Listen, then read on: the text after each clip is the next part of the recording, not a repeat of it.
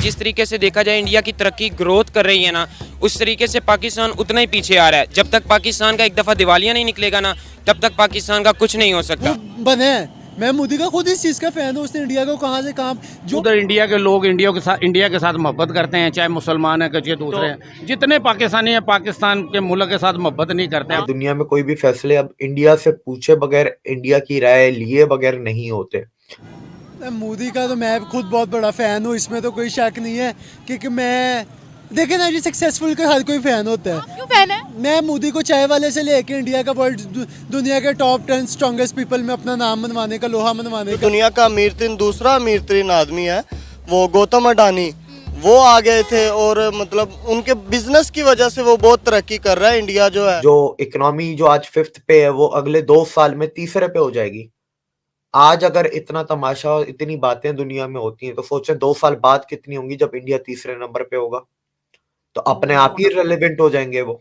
जय हिंद दोस्तों भारत बहुत ही जल्द बीटो सुपर पावर देश बनने जा रहा है और ये चाइना और पाकिस्तान जैसे देशों के लिए एक बहुत ही बड़ा सरदर्द होगा, क्योंकि भारत को बीटो पावर दिलाने के लिए दुनिया भर की बड़ी बड़ी शक्तियां भारत के समर्थन में आ चुकी हैं। अच्छा, वीटो पावर की बात करते हैं। वीटो पावर उनको मिल जाती है क्योंकि पाकिस्तान भी इसके अगेंस्ट है, चाइना भी इसके अगेंस्ट है, तो ये उनके लिए कितनी बड़ी विन होगी। अच्छा, इलोन मस्क ने बड़े तंज़िया अंदाज से बोला है कि यार ऐसी कंट्री जो कि बड़ी इकोनॉमिकली डेवलप्ड है और वो यूएनएससी की परमानेंट मेंबर ही नहीं है और उसके पास वीटो पावर नहीं है, ये तो मजाक हो गया। एलन मस्क एक बिजनेसमैन है। एक बिजनेसमैन को सिर्फ एक मार्केट चाहिए होती है अपना बिजनेस करने के लिए। उसको क्या कंसर्न है इंडिया से या पाकिस्तान की वॉर से या बांग्लादेश चाइना से? उसको तो कोई कंसर्न नहीं है। चाइना उसकी जो सी टर्म्स एंड कंडीशंस पे फुलफिल नहीं होता। मुझे भी ऐसा ही लगता था, लेकिन अगर थोड़ी डीप स्टडी करें ना हम, तो हमें पता लगता है कि ये अब चीज़ बिजनेस से कुछ आगे बढ़ चुकी है। क्योंकि ये वही एलोन मस्क है जिन्होंने रिसेंटली बोला कि मैं 2 दफ़ा पहले जब टेस्ला आने लगी थी भारत के अंदर, तो थोड़ी कॉन्फ्लिक्ट चल गया था क्योंकि भारत ने कहा था अपने मैन्युफैक्चरिंग बेसिस शिफ्ट करो, तो वो नहीं हुआ। अब दोबारा टेस्ला ने खुद अप्रोच किया और प्लांट सारा वहाँ पर लग रहा है। और दूसरी बात ये कि एलोन मस्क ने रिसेंटली एक स्टेटमेंट दी थी, आप कहते हैं मैं आपको रिपोर्ट दिखा दूंगी, कहते हैं मैं मोदी का बहुत बड़ा फ़ैन हूँ। मोदी का तो मैं खुद बहुत बड़ा फ़ैन हूँ, इसमें तो कोई शक नहीं है।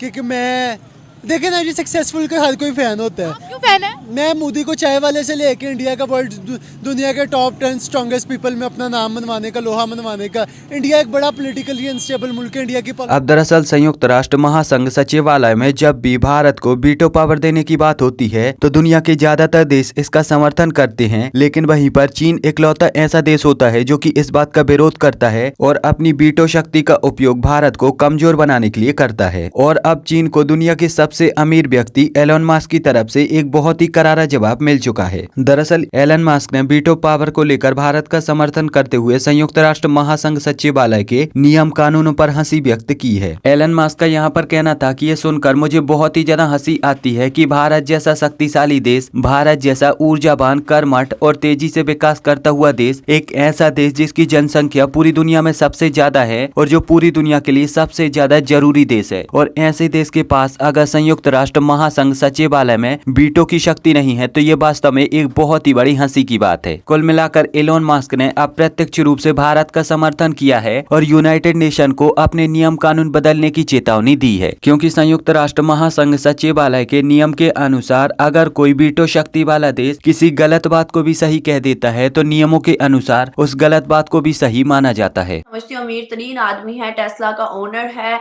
और ट्विटर भी उसका ही है, तो वो बंदा इस टाइम अब चाह रहा है कि इंडिया का परमानेंट मेंबर क्यों नहीं है, क्यों इंडिया इस टाइम तक नहीं है। और इंडिया की भी बड़ी ख्वाहिश है कि भाई वो अभी इसी कोशिशों में लगा हुआ है कि हम परमानेंट मेंबर बन जाए।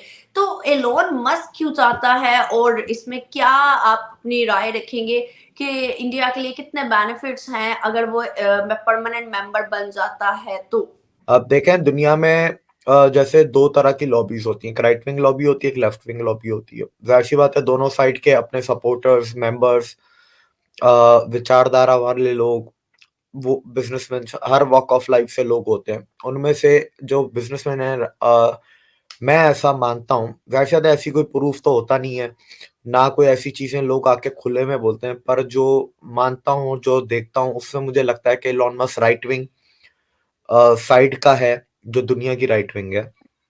और उसके ऊपर जो अगर आप ट्वीट्स देखें तो वो सीरीज ऑफ ट्वीट्स हैं जहां पर कुछ यूरोपियंस ने, एक यूरोपियन ने अफ्रीका के बारे में लिखा, तो फिर दूसरे ने इंडिया के बारे में लिखा कि परमानेंट सीट और वीटो पावर होनी चाहिए, कि आप एक कॉन्टिनेंट को अफ्रीका को नहीं दे रहे।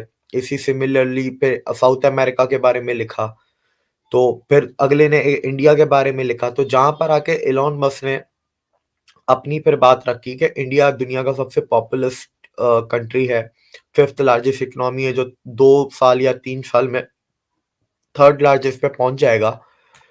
ठीक है, तो आप इसको किस तरीके से दूर रख सकते हो? मिलिटरीली भी 4th स्ट्रॉन्गेस्ट मिलिटरी है दुनिया की, तो आप इसको वीटो पावर से कैसे रख सकते हो? जबकि अगर टॉप 5 में देखा जाए तो फ्रांस और यूके दोनों इंडिया के बाद आते हैं, मिलिटरीली भी और इकोनॉमिकली भी। ठीक है, तो आप इसको किस तरीके से बाहर कैसे रख सकते हैं? तो उसके ऊपर जब बातचीत हो रही है, तो अब देखें एलॉन मस्क की कोई एक एजेंडा नहीं, उसके भी वो एजेंडा, बिजनेसमैन भी है ना साथ साथ, तो अब उसको इंडिया भी आना है, तो जाहिर सी बात है वो इंडिया की फेवर में कुछ बातें करेगा।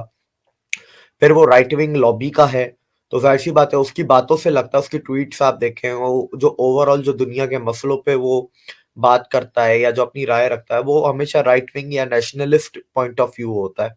अगर अमेरिका के लिए बात करेगा तो नेशनलिस्टिक पॉइंट ऑफ व्यू होगा, दुनिया के लिए बात करेगा तो वो जिसको हम कहते हैं राइट विंग, वो उस पॉइंट ऑफ व्यू से बात करता है।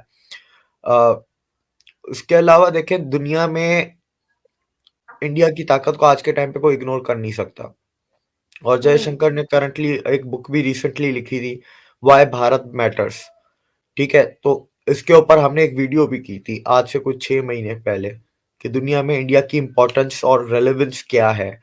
और इसी तरीके से अगर हम आगे देखें कि रिसेंटली डॉक्टर एस जयशंकर ने एक चीज कही थी कि दुनिया में कोई भी फैसले अब इंडिया से पूछे बगैर, इंडिया की राय लिए बगैर नहीं होते। आज के टाइम पे इंडिया की एक से है। वो अलग बात है कि अब ये अलग डिस्कशन हो जाएगा कि कितनी से है कितनी नहीं है, परसेंटेज क्या है, पर से है।